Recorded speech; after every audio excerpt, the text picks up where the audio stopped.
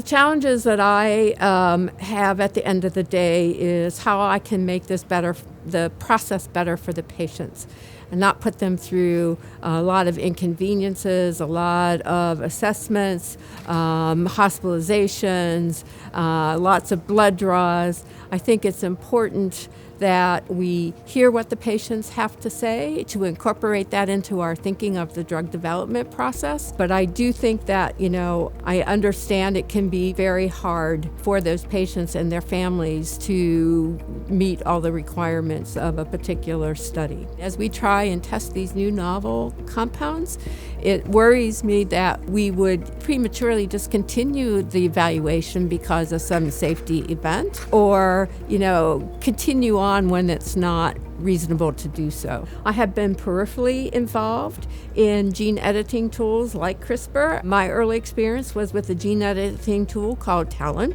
And as we heard today, a story of a very courageous young man who received an allogeneic CAR T.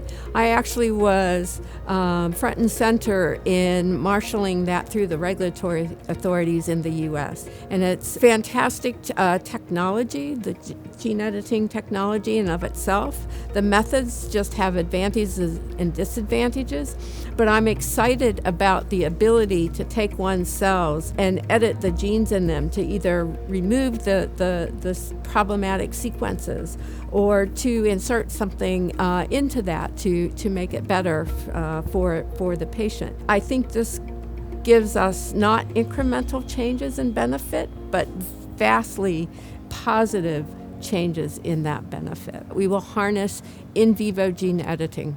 We will be able to treat the patient in an office. We will be able to go in and snip out the DNA sequence that may be causing the problem or insert a sequence to make a protein, but it would all be in a regular routine visit, and there would not be any major hospitalization stays or major procedures done, but it would be basically an overall cure so that patients can live and move on with their lives.